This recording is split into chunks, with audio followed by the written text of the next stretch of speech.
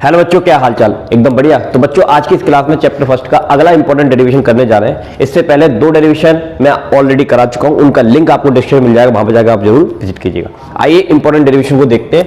और सीबीएसई में कई बार ये डेरिवेशन पूछा गया है, इसलिए बहुत इंपॉर्टेंट है।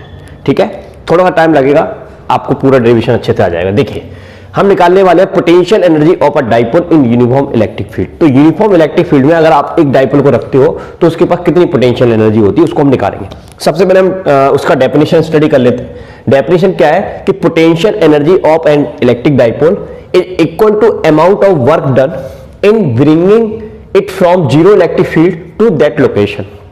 यानी कि एक डाइपोल को आप इन्फिनिट से इलेक्ट्रिक फील्ड में लाने में जितना भी आप वर्क डन करोगे, उसे उस लोकेशन का क्या कहेंगे, पोटेंशियल एनर्जी कह देंगे, उसी डाइपोल की। ठीक है, ओके। इसका डेरिवेशन हम कैलकुलस मेथड से करेंगे। तो देखिए, कैलकुलस मेथड में आपको करना क्या है डेरिवेशन के लिए, देखिए तो स्टार्ट करते हैं इसका डेरिवेशन कैसे करना है। देखिए बेटा, सबसे पहले हम हैंड डाल लेते हैं डेरिवेशन।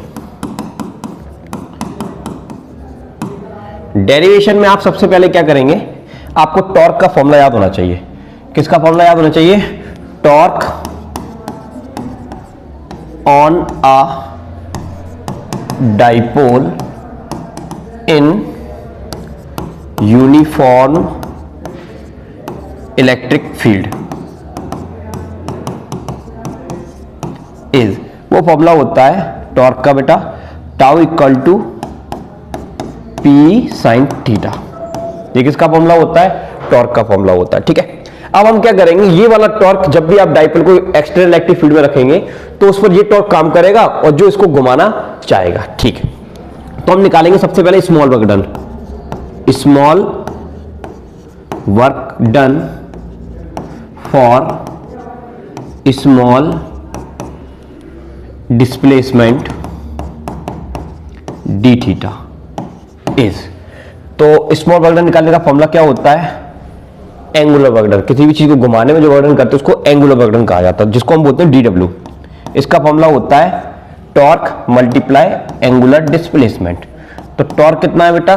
टाउ, ये लिखा है PE sine theta into D theta. ठीक है बेटा, ये हो गया, ये स्मॉल वर्क डन आ गया। ओके, और आपको पता है वर्क डन से ही एनर्जी बनती है। तो अब हम क्या करेंगे, एनर्जी निकालेंगे, पोटेंशियल एनर्जी। किसकी? डाइपोल की पोटेंशियल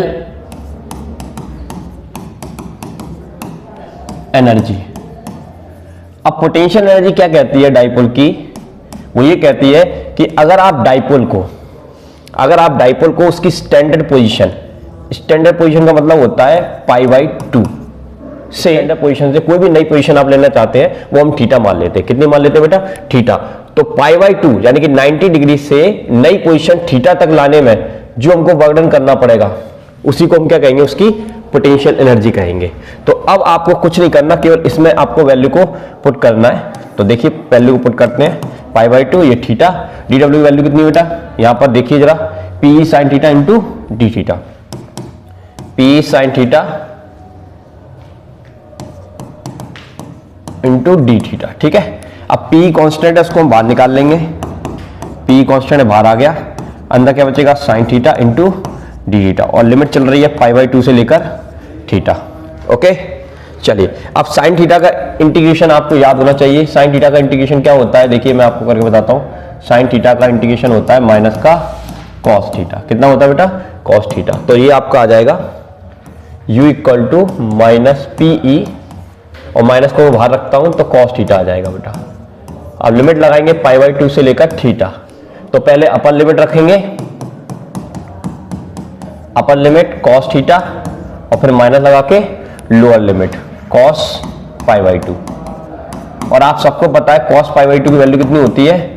सर 0 होती है, यानी कि ये 0 हो गया। तो ये 0 हो गया, तो u इक्वल टू कितना आ जाएगा? Minus PE cos theta. Clear है बेटा? तो ये आपकी पोटेंशियल एनर्जी का फॉर्मूला आ गया इन यूनिफॉर्म इलेक्ट्रिक फील्ड। तो अगर आप डाइपोल को यूनिफॉर्म इलेक्ट्रिक फील्ड में रखते हो तो उस पर उसके ऊपर कितनी पोटेंशियल एनर्जी होती है? इतनी होती है, U equal to minus PE cos theta. अब थीटा की डिफरेंट वैल्यू पर पोटेंशियल एनर्जी आपको अलग अलग मिल जाएगी। जैसे थीटा की वैल्यू हम 0 लेते हैं, अब थीटा जीरो कब होता है? जब पी वेक्टर यानी कि आपका डाइपोल मूवमेंट जो है वो इलेक्ट्रिक फील्ड के अलोंग है, तो उस समय थीटा जीरो होगा। तो उस केस में क्या होगा बेटा, उस केस में 0 रखने पर आपकी जो पोटेंशियल एनर्जी आएगी वो मिनिमम आ जाएगी। कैसी आ जाएगी बेटा? मिनिमम आ जाएगी। और अगर आप थीटा इक्वल टू कितना लेते हो, थीटा इक्वल टू अगर 90 डिग्री लेते हो तो आपकी पोटेंशियल एनर्जी कितनी हो जाएगी? 0 हो जाएगी, क्योंकि cos 90 कितना होता है? यस 0 होता है। तो इस तरह से डिफरेंट एंगल पर आपको पोटेंशियल एनर्जी निकाल सकते हैं। तो ये काफी वर्सेटाइल फॉर्मूला है और इस पर बेस्ड बहुत सारे न्यूमेरिकल सीबीएसई बोर्ड पूछता है, इसलिए इस फॉर्मूले को जरूर आप याद रखिएगा।